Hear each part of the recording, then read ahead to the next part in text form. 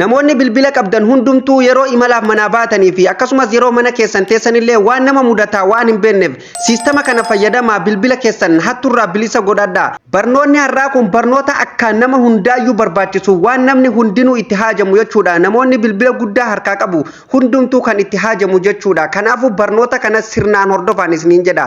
Keessafuu namoonni keenya baadiyyarraa yeroo karaa magaalaa imalan namoota baay'eetu hatamaa jira jechuudha. Konkolaataa keessatti ta'e akkasumas karaa miilan deeman irratti ta'e namoota baay'eetu magaalaa keessatti hatamaa jira jechuudha. Kanaaf furmaata guddaa kan ta'u aappii ajaa'ibaatiin isin wal barsiisa. Nagallee hin daganne akkam nagaa jirtan hordoftoota Oroomaan warreen hanga ammatti chaanaala kanaaf haaraa taatan chaanaalli kun chaanaala barumsaati. Subscribe godha akkasumas viidiyoon dabalata ofii isaatiin akka isin dhaqqabuuf mallattoo notificationii tanarra kaa'u hin dagatinaan isiniin jedha. Viidiyoon kunillee yoo isinitti tole hiriyoota keessaniif share gochuu hin dagatinaa. Viidiyoon kunis namoota baay'ee bira akka ga'uuf please like godhaan isiniin jedha. Yaadaaf komii qabdanillee komentii jalatti nuuf barreessaa. Amma kallatti maan kara barumsaa isin dabarsa nan deebi'aan eega.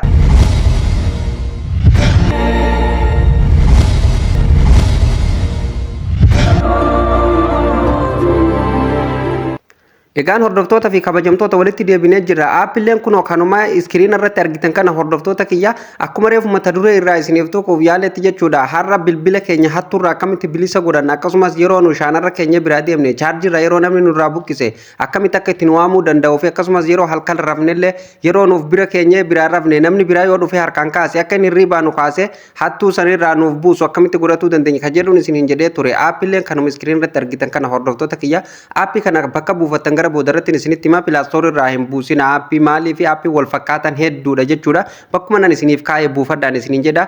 Amma kallattii maan gara barumsaa isin dabarsaa hordoftoota kiyya laayikii fi sheerii hin dagatinaan isiniin jedha. Akkasumas komentii nuuf kaa'uu hin dagatinaan isiniin jedha. Na hordofaa hanga dhumatti steepii xiqqoodha daqiiqaa muraasa keessatti bal'inaan waliin ilaalla.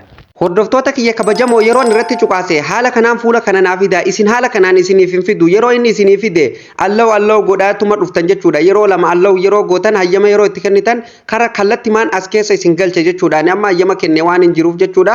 Irra deebina hayyama kennuun na hin barbaachisu jechuudha. Aappii kana namoonni hundinuu akka itti fayyadamu akka itti gammadanillee abdiin qaba jechuudha. Barnoota ajaa'ibaati kan namni hundinuu barbaadu. Namoonni bilbila harkaa qabu hundumtuu kan bilbila ofii jaallatu hundumtuu jechuudha.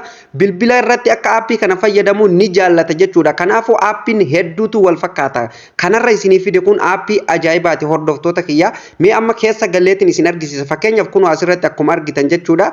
Hordoftoota kiyya akkuma argitan aappiin kun waa sadii of keessatti qabata jechuudha. Tokkoffaarratti kan of keessatti qabatu yeroo namni shaanarraa buqqise maal akka inni jedhuun walumaan ilaallaa jechuudha. Lammaffaarratti immoo yeroo bilbila keessan bakkuma isin keessanii namni harka isaatiin ol kaase maal akka jedhullee kanallee bal'inaan waliin ilaalla. Sadaffaarratti immoo bilbila keessa yeroo karaa deemtan imala yeroo deemtan jechuudha. Borsaa keessa kaayyattanii yookaan shaantaa keessan keessa kaa'attanii yeroo deemtanitti yeroo namni bilbila keessan borsaa keessaa kaase jechuudha ni iyya jechuudha. Bilbilli keessan kallattii maan hattuu harkatti qabuu dandeessan namni sunuu lafatti darbee rifatee biraa fiigaa jechuudha. Mee akkamitti wanti kun dhugamoo soba kan jedhu bal'inaan waliin ilaalla. Hordoftoota kiyya osoo karaa piroosesa isaatti isin hin dabarsin dura waan reedii godhachuu qabdan jechuudha. Isa kana jechuudha. Akkamitti reedii godhanna kan jettan bal'inaan waliin ilaalla. Jala kanatti gadi buutanii bakka sitingii kanarratti cuqaastanii maal gootu irratti cuqaastu jechuudha. Kana jechuun ramzii itti godhatanii jechuudha. Fakkeenyaaf yeroo namni sun chaarjiirraa bilbila keessan chaarjiirraa buqqise itti iyyaa hanga qulfii sun banamtuutti ni cufnallee jaan hin cufamu yoo dhagaa keessaa baasan bilbila dhagaa qabu ta'ee dhagaa keessaa baasan malee inuma hin cufamu. Iswiichillee godhan iswiichiin ta'uufi jechuudha. Isa san itti godhannaa jechuudha haga qulfii sun banamtu. Amma tokkoffaarratti kan isin argisiisu hordoftoota kiyya sakandii meeqatti yeroo namni shaanarraa buqqise sakandii meeqatti akka itti iyyuu barbaadanii kan jedhu kana asirratti fakkeenyaaf kun akkuma argitan jechuudha. Isa kanarratti kanuma tokkoffaa kanarratti cuqaasneetti sakandiirra kaa'anaan amma kiyya jechuudha. Akkuma argitan sakandii zeeroorra jira jechuudha. Kana jechuun kallattimaan yeroo namni irraa buqqise zeeroo marratti iyyaa jechuudha osoo sakandii hin geeffanne jechuudha. Akkasumas kan barbaadan irra kaa'uu dandeessan sun mirga keessanii jechuudha. Kun akkuma argitan yeroo irratti cuqaase haala kanaan naafida sakandiin takka jirti zeeroon jirti akkasumas lama sadii hanga shanii jira jechuudha. Sakandii kan barbaadan irra kaayyattu. Anamma kiyya zeeroorra kaa'een jira. Okay gootanii irraa deebitu jechuudha. Kanatti aansee paaswordii itti godhatanii jechuudha. Nama yeroo paaswordii itti godhu iskiriinii kiyya isinitti gurraachuun malaa yoo isinitti gurraachamellee obsaan eeggatan jechuudha. Hordoftoota kiyya asirratti cuqaastan gadi buutanii kun asirratti chaarji piin ka jedhu kanarratti ni cuqaastu. Sana booda hordoftoota kiyya akka kanaan fuula kana qabatee isiniif dhufa jechuudha. Maaliin qollofuu feeta jedheen nu gaafata kun asirratti piiniin lakkoofsaan qollofatuu feetamoo akkasumas paatarnii ramzii quba keessaniin shaaraa keessaniin qollofatuu feetan kan jedheen nu gaafatu kana kan barbaadaniin qollofatan jechuudha. Piinii lakkoofsa yoo qollofatu barbaadan kunoo kan gadii kanarratti interpiin kan jedhu irratti qollofattuu jechuudha irratti cuqaastanii akkasumas paatarnii yoo qollofatuu barbaadanillee quba keessanii yoo qollofatuu barbaadanillee kunoo asirratti interpaatarnii kan jedhu kanaan cufa qollofattanii jechuudha. Ani amma kan ittiin qollofadhu paatarniin hin qollofadha paatarnii makana irratti hin cuqaasa jechuudha. Sana booda akka kanaan naafida maal gootu jala kanatti gadi buutanii hordoftoota kiyya koontiiniyuu gootan jechuudha. Koontiiniyuu ni gootanii jechuudha. Sana booda hordoftoota kiyya ramzii mareefun tan itti gootan san ammallee irra deebitanii asitti ramzii gootanii jechuudha. Fakkeenyaaf ramzii ittiin godhaa jechuudha. Nama asitti kun akkuma argitan ramzii itti godheetiin jira. Sana booda hordoftoota kiyya eega kanatti ramzii itti gootanii jala kanatti gadi buutanii koontiiniyuu tajettu tanarratti yeroo tokkoof cuqaastu. Ammallee irra deebiin koonfarmii isiniin jedha kun ammallee ramzii isa boodaa itti naxxan jechuudha kan dhuma akkanatti itti gootan ammallee sana booda maal gootanii koonfarmii gootan jechuudha. Dhumatee jira. Hordoftoota kiyya amma ramziin itti godhamee jira asitti na deebisee jira xumuramee jira jechuudha. Hundarratti ramzii hin godhatan tokkomarratti ramzii gootanii dhiiftanii jechuudha. Hordoftoota kiyya mi'a nama of duuban deebi'aa jechuudha. Baag gootanii of duuba deebitan. Amma maal gootan hordoftoota kiyya asirra dhuftanii bakka chaarj jedhu kanarratti hordoftoota kiyya yeroo tokkoof ni cuqaatan. Fakkeenyaaf yeroo shaanarra keessan jechuudha. Shaanarratti suutanii eega shaana itti keessan boodan jechuudha. Maaltu isinirraa eegama yeroo tokkoof asirratti kiliik gootanii dhiiftan jechuudha. Kunoo amma akkuma argitan jechuudha active naan jedha jechuudha.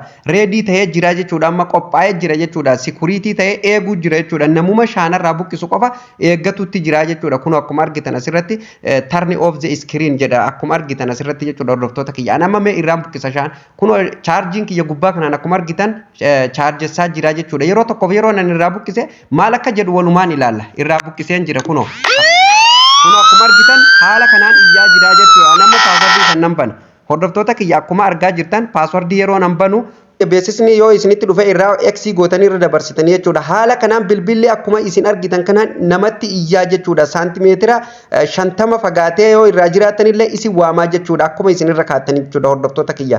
Haala kanaan sirreeffatanii bilbila keessa yeroo namni shaanarraa buqqisellee akka isin waamutti godhatu ni dandeessaniin isiniin jedha. Kunoo asirratti kan lammaffaa kanarratti bilbila keessa namnumti yoo harkaan qabate akka itti iyyullee yoo barbaadan jechuudha. Isuma kanarratti kan lammaffaa kanarratti yeroo tokkoof ni cuqaastu. Yeroo isin cuqaastan akka kanaan sakandii shallakkaa'ee reedii tahaa jechuudha. Walumaan ilaalama hordoftoota kiyya. Amma kunoo kunilleen akkuma argitan asirratti active naan jedhee jechuudha. Reedii ta'ee jira qophiidha jechuudha. Amma sikuriitiin irra jira eeguutti jira. Namuma bilbila kana harkaan qabatu eegaa jechuudha. Bilbila namni biraa yeroo harkaan dhufee qabate maal akka ta'u walumaan ilaalaa jechuudha. Nama fakkeenyaaf bilbila kana mee akka nama kaasuuttiin fuudhee sossoosaa jechuudha. Maal kunoo akkuma argitan hordoftoota kiyya iyyuu jira jechuudha. Beesisni yoo isinitti dhufe X gootanii irra dabarsitan jechuudha. Beesisa tokko tokko qabu watermarkii irra jira jechuudha. Haala kanaan hordoftoota kiyya amma akkuma argitan kanatti iskiriin irratti akkuma iyyaa jiru kanatti iyyaa jechuudha. Bilbila kana hanganaan dhufee ramzii ammaan itti godhe kana irraa banuutti namni tokko dhufee bilbila kana cufuullee hin danda'u, sagalee qannasuu hin danda'u, waan tokko godhuu hin danda'u jechuudha. Haala kanaan kanallee sirreeffatan. Fakkeenyaaf bilbila keessan waan isin mudataa hin beektanii yeroo halkan rafuu deemtanillee jechuudha. Bilbila keessan isa kanarra godhadhaati rafaa shaanallee osoo hin taane isa kanarra godhadhaati rafaa sababnis yeroo namni dhufee harkaan qabate kallatti maan itti iyyee hirriba isin kaasaa hattuun tokko bilbila keessan hatuu hin dandeessu. Isteeppii sadaffatti yeroon isin dabarsu jechuudha. Kan sadaffaa kuni yeroo fakkeenyaaf imala deemtan namni kamiyyuu bilbila shaantaa keessa yookaan borsaa ufii keessa kaawwatee deema jechuudha. Na hattuun barbaade dhufee duuballee yoo isinirraa kan fuudhu ta'e harkaan qabatu ta'e akka inni iyyuuf kan sadaffaa kanarratti yeroo tokkoof ni cuqaatu. Sana booda kunillee sakandii shan lakkaa jechuudha. Kun akkuma argitan sana booda ufumaan sikur isiniif tahaa jechuudha. Ni qollofamu. Kun akkuma argitan amma asirratti active ta'ee jira jechuudha. Kunillee jechuudha. Eeguutti jira jechuudha. Amma kunillee namuma bilbila kana harkaan borsaa keessaa kaasu eegaa jechuudha. Mi'a nama fakkeenyaaf borsuma keessaa kaaseetuma isin argisiisame fakkeenyaaf nama yeroon bilbila kana akkanumatti huccuun tuqe jechuudha. Akkasuma kiyyaan tuqe bilbilli kun ni iyyaa jechuudha. Kun akkuma argitan sagaleen ni jeeqaqa hordoftoota kiyya kanaaf isinirraa dafee gadi qabe jechuudha. Haala kanaan sirreeffatanii bilbila keessan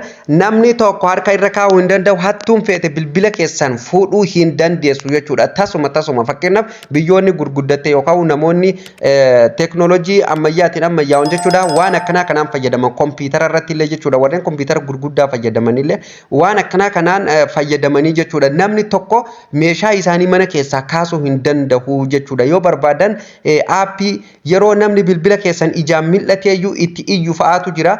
Akkasumas hordoftoota kiyya yeroo isin asii harka rukuttan fakkeenyaaf yeroo bilbilli tokko yeroo isin jalaa badeellee bakka keessa yoo wallaaltan jechuudha.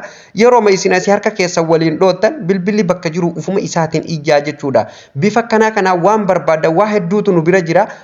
Kanaafuu jechuudha haala kanaan fayyadamtanii bilbila keessan eeggachuu ni dandeessanii ni isiniin jedha. Akkuma beekamu bilbila keessan hincitii hedduu dookumantaroota garaagaraa keessatti qabatuu dandeessa waan ta'eef dookumantaroota keessan san namni yoo bilbila keessan hattuun isin harkaatti hincitii keessan san fudhatuu danda'a waan barbaade bilbila keessan isin godhuu danda'a jechuudha. So kanumaaf haala kanaan yoo eeggattan bilbila keessan hattuurraa bilisa gootanii bilisaan jiraatanii jechuudha hordoftoota kiyya. Aappii kana orjinaala isaa eessaa argannaa jettanii kan rakkatan hordoftoota kiyya waa tokkollee hin rakkatina. Chaanaaluma kiyya kana jala seentan eega chaanaala kiyya kana jala seentanii jechuudha akkanatti karaa harka bitaa as buutanii chaanaala kiyya kana gara booda irratti macarrasha irratti kun about ka jedhu kana irratti yeroo tokkoof ni cuqaastu.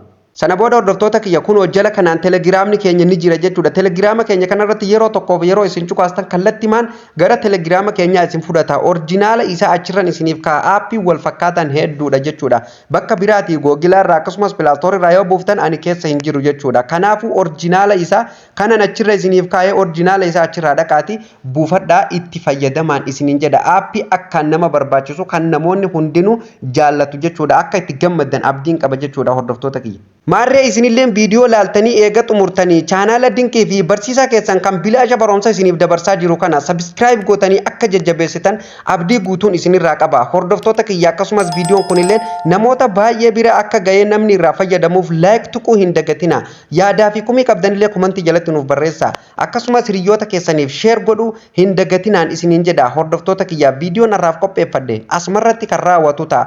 Viidiyoo itti aanuun hamma walitti deebinutti horaa bulaa liibana.